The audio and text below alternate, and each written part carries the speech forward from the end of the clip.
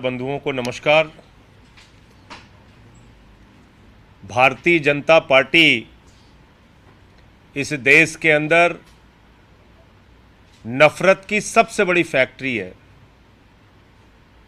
और जब तक भारतीय जनता पार्टी अस्तित्व में रहेगी, भारतीय जनता पार्टी सत्ता में रहेगी, देश के अंदर शांति, अमन और चैन कायम नहीं रह सकता।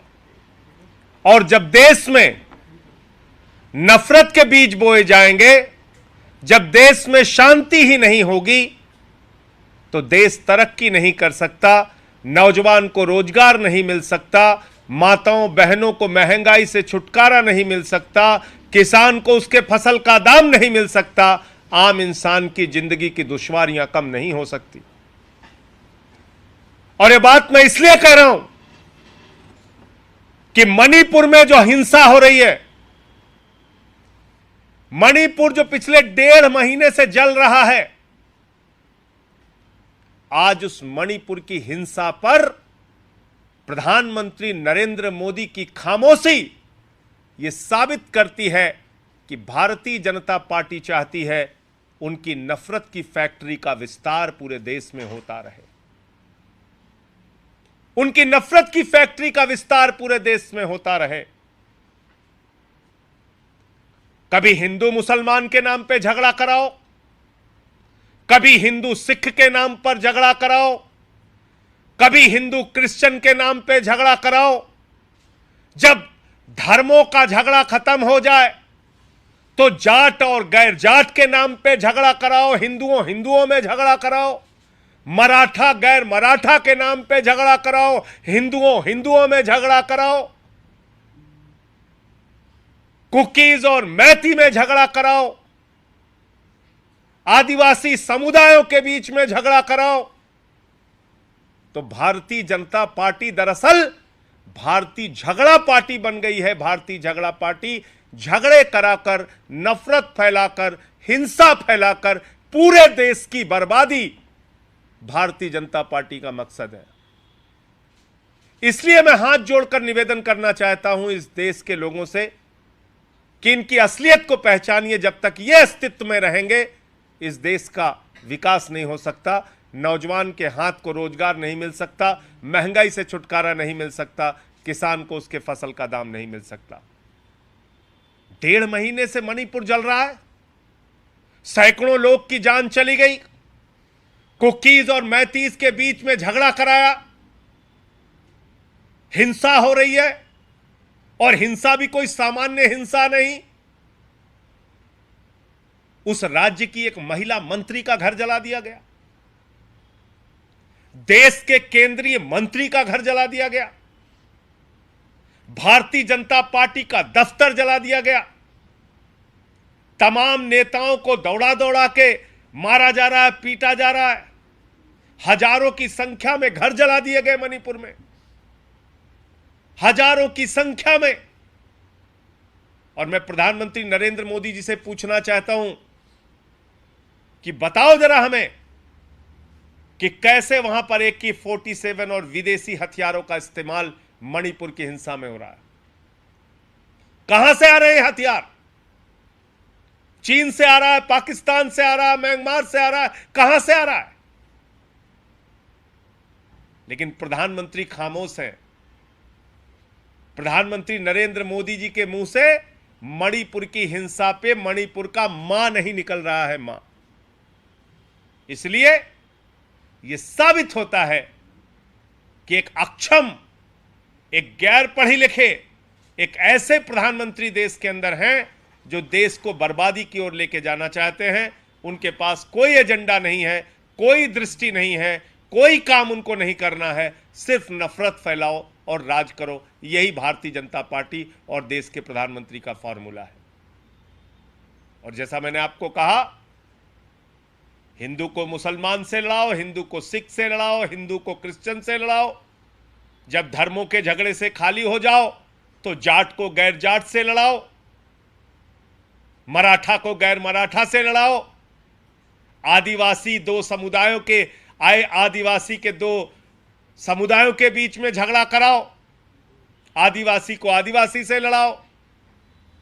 तो ये भारतीय झगड़ा पार्टी का काम है। इसलिए मैं प्रधानमंत्री जी से कहना चाहता हूं, प्रधानमंत्री जी, अमेरिका और विदेशों की सैर छोड़िए, हिंदुस्तान की जो परिस्थितियां हैं उसमें आइए, मणिपुर जाइए और जाकर उस परिस्थिति का सामना करके उसका समाधान कीजिए। आपके ही लोग मारे जा रहे हैं, उनके घर जलाए जा रहे हैं, फिर भी आप खामोश हैं। तमाम लोग कैंप्स के अंदर रह रहे हैं, हजारों की संख्या में, फिर भी आप खामोश हैं। यह बहुत ही दुख का विषय है। इसलिए मणिपुर हिंसा पूरी तरीके से भारतीय जनता पार्टी की सरकार की नाकामी का प्रतीक है। मणिपुर की हिंसा इन लोगों के द्वारा फैलाई गई नफरत के कारण हो रही है और भारतीय जनता पार्टी की सोच के कारण हो रही है। दूसरा विषय आज रेलवे का है। प्रधानमंत्री ने रेलवे को भी पूरी तरीके से बर्बाद किया है।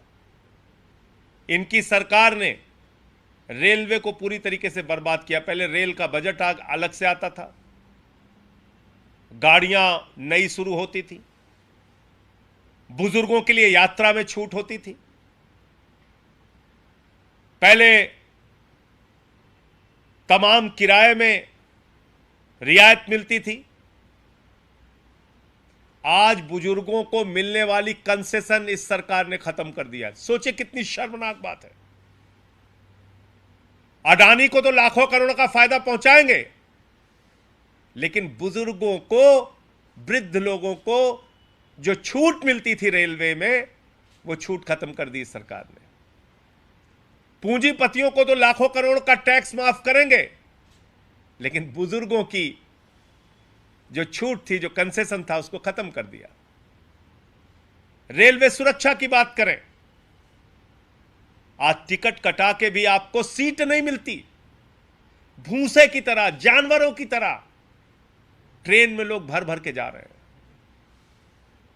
टिकट करा लिया, रिजर्वेशन करा लिया, सीट नहीं मिल रही, धक्के खा रहे हैं लोग, ट्रेन उपलब्ध नहीं है, घंटों विलंब जा रही है, दुर्घटना होती है, उसकी सीबीआई जांच दे के लीपापोती। आप मुझे बताइए, जिस घटना के बारे में 3 महीने पहले 9 फरवरी को वहां के चीफ इंजीनियर की रिपोर्ट आ चुकी थी कि अगर यहां इंटरलॉकिंग सिस्टम ठीक नहीं किया गया, बालेश्वर वाली जो घटना हुई उसमें साफ तौर पे 3 महीने पहले 9 फरवरी को यह कहा गया कि अगर इलेक्ट्रॉनिक इंटरलॉकिंग सिस्टम ठीक नहीं किया गया तो यहां कोई बड़ी घटना हो सकती है। कब? 9 फरवरी की रिपोर्ट है, 9 फरवरी की चीफ इंजीनियर की रिपोर्ट है। और उस रिपोर्ट को रेल मंत्रालय ने और मोदी सरकार ने नजरअंदाज किया। जब 300 लोगों की जान चली गई तो वहां जाके ड्रामा कर रहे हैं, कह रहे हैं गर्मी है, गर्मी है, गर्मी है। ड्रामा हो रहा है। तो इसलिए रेलवे को बर्बाद करने का काम भी हमारे चौथी पास राजा ने किया। आज रेलवे में यात्री सुविधाएं समापन की ओर बढ़ रही हैं। दुर्घटनाएं दिन प्रतिदिन, पटरियों से ट्रेन का उतरना, ये तमाम घटनाएं तेजी के साथ बढ़ रही हैं। और एक मसला दिल्ली की कानून व्यवस्था को लेकर है। आप सबसे कुछ छुपा नहीं है। कभी कई किलोमीटर तक एक बेटी को घसीट के मार दिया जाता है, कभी एक बेटी को चाकुओं से गोद के मार दिया, लगातार कई चाकुओं से गोद गोद के उसको मार दिया जाता है। कभी एक बेटी को काट काट कर अलग अलग जगहों पर उसका शव फेंका जाता है, उसके टुकड़े फेंके जाते हैं। कभी गैंग वॉर होता है सड़कों पर दिल्ली के, कभी न्यायालय के अंदर हत्या होती है। यह दिल्ली की घटनाएं बता रहा हूं मैं, देश की राजधानी दिल्ली, जिसकी सुरक्षा व्यवस्था प्रधानमंत्री नरेंद्र मोदी जी के हाथ में है, जिसकी सुरक्षा व्यवस्था अमित शाह जी के हाथ में है, दिल्ली के एलजी महोदय के हाथ में है, विनय कुमार सक्सेना जी के हाथ में है।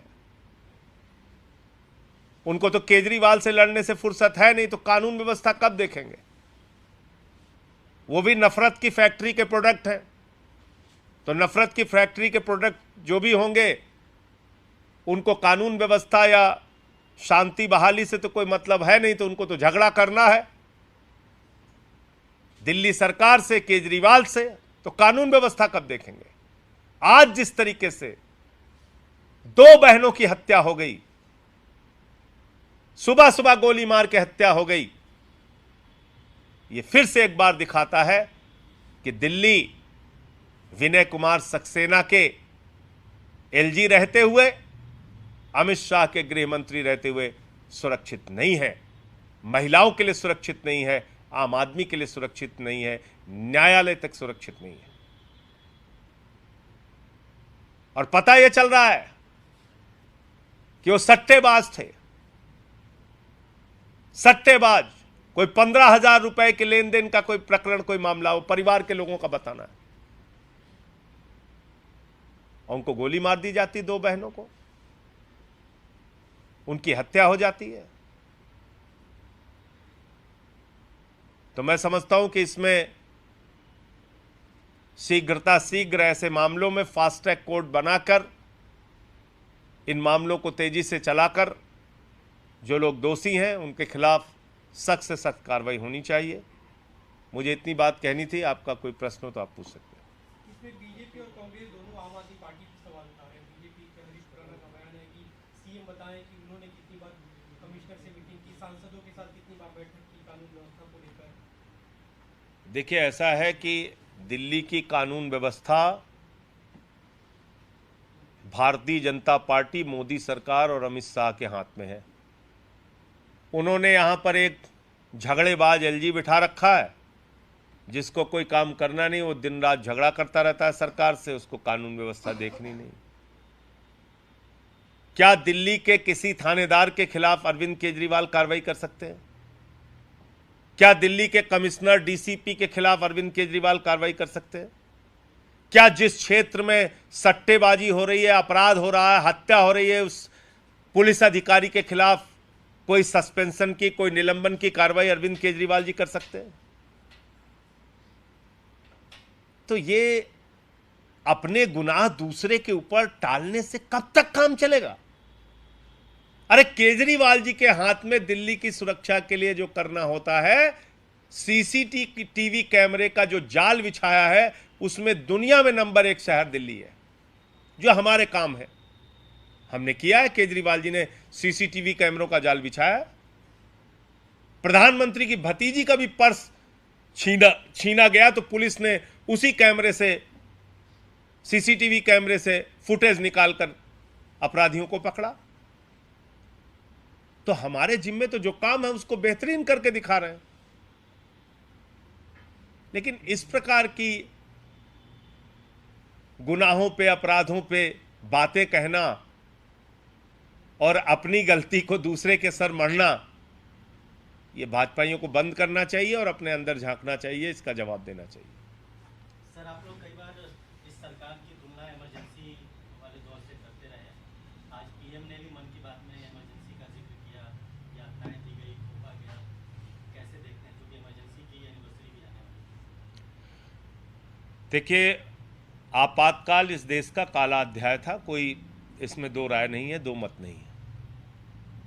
लेकिन आज क्या कर रहे हो आप? कानून मानना नहीं, संविधान मानना नहीं, लोकतंत्र मानना नहीं, संघीय ढांचा मानना नहीं,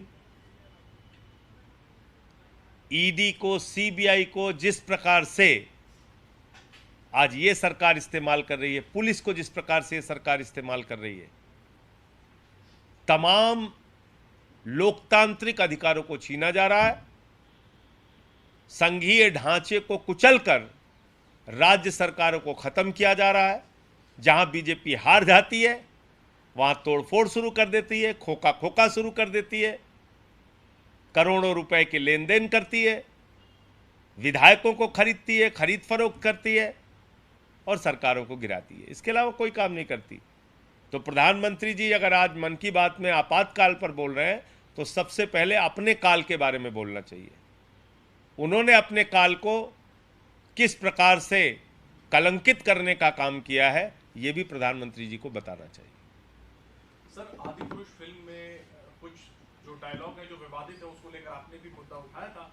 अब ये खबर आई है कि जो फिल्म के निर्देशक हैं और जो टीम है उन्होंने बयान जारी किया है कि विवादित स्टेटमेंट्स हटाए जाएंगे।